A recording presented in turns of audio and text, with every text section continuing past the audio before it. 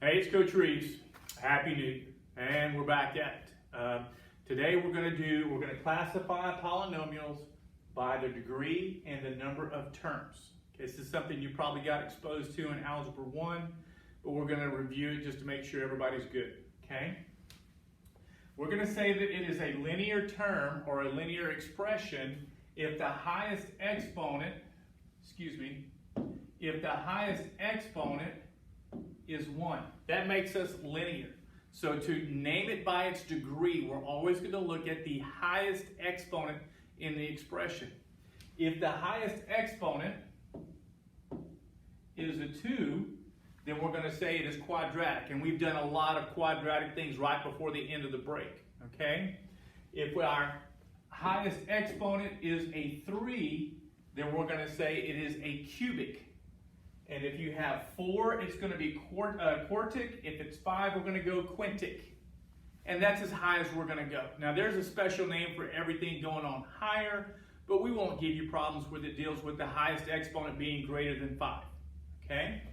If we're going to name it by the number of terms, now the number of terms, it means how many expressions you have that are separated by a plus sign or a minus sign.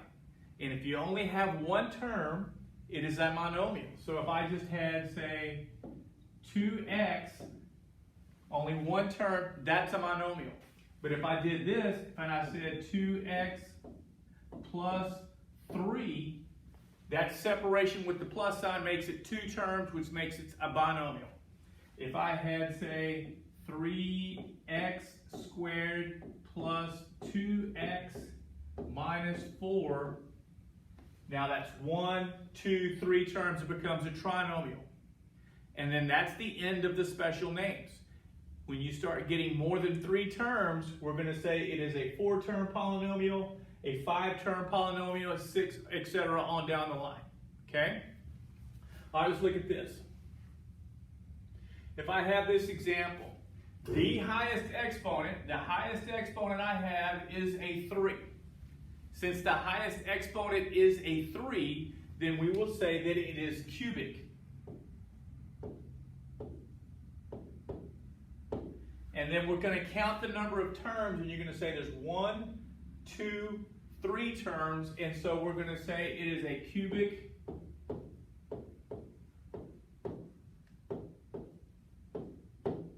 trinomial. And this is what you did in Algebra 1. We're just making sure you remember this stuff. Okay? All right, so the next thing is we're going to add and subtract polynomials like you did at the beginning of the year. All right, so we go to the next page and we're going to say we're going to add or subtract these guys. Now, the hardest thing, the trickiest thing is if you have a subtraction sign that you have to remember to distribute the negative sign. So we would distribute to this term, we would distribute to this term. This would become a negative 4mn to the 4th. This would become a negative 6m to the 4th n squared. Now we're going to look to see if we have like terms. M to the 4th n squared. M to the 4th n squared. So I would pair, let me change colors here. I would pair this with this because the exponents on the variables match up. And so you would say 8 minus 6 is 2. M to the 4th n squared. And then we would look at this and we would say, okay, m n to the 4th, m n to the 4th. Those are like terms. We combine those and you would say 9 minus 4 is a positive 5, m n to the 4th. And again, this is something we've already done in Algebra 1. We did this at the beginning of the year. Quick review. It's all it is to make sure we're on the good. Then we give you a little bit longer problem, more steps, but it's the same concept. First step we'd always do is make sure you distribute the negative, and that becomes a positive 5m to the 4th, n to the 4th. Distribute, that becomes a positive 14m n to the 4th. So now we're going to look for things that have the same terms, the same exponents, okay? We're looking for m n to the 4th m into the fourth, m into the fourth. I would combine those like terms. So I would say 4 plus 14 is 18. 18 minus 13 is 5. That's going to leave me with 5m into the fourth. And now we look at m to the fourth into the fourth. M to the fourth into the fourth. That's different.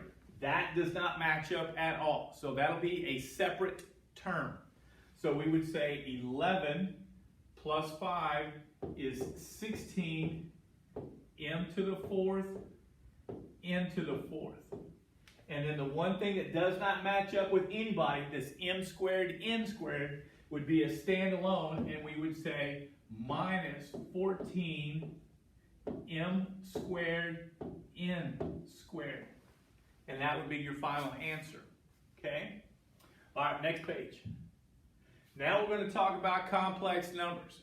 Remember how we talked about at the beginning, or say at the end of the semester, you started seeing we took the square root of a negative number, and you told me that I would get a positive negative 2i. We introduced you to complex numbers in this situation, okay? Well, we're going to add and subtract complex numbers, so it's not that big of a deal when you add and subtract. We're going to treat the I as just like any other variable. You just treat it like a variable and you're going to be fine. So in this case, you would distribute, let me get the red, you're going to distribute this and this becomes a positive 4. You distribute this and that becomes a negative 7i. Now you combine your like terms and you would say 6 plus 4 is 10. You would say a negative 8i and a negative 7i becomes a negative 15i. There's your answer. Okay? Same thing, one more example, we'll look at it. You have to distribute your negative. You would say this becomes a negative 3. You would say this becomes a positive 7i. This would become a positive 6. And this would become a negative 8i. Okay? So then we combine like terms. All right, see what we have. I have a negative 5.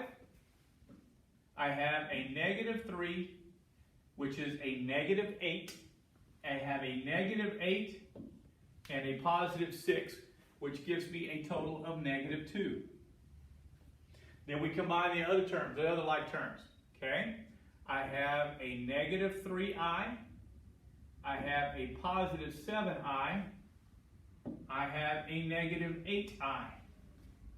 A negative 3 and a positive 7 is a positive 4. Positive 4 minus 8 is a negative 4i. There's our answer. So it's no big deal. In this case, you're just going to treat it as a variable, combine like terms. All right, quick review. Starting you off easy for the semester. Get after it. Good luck.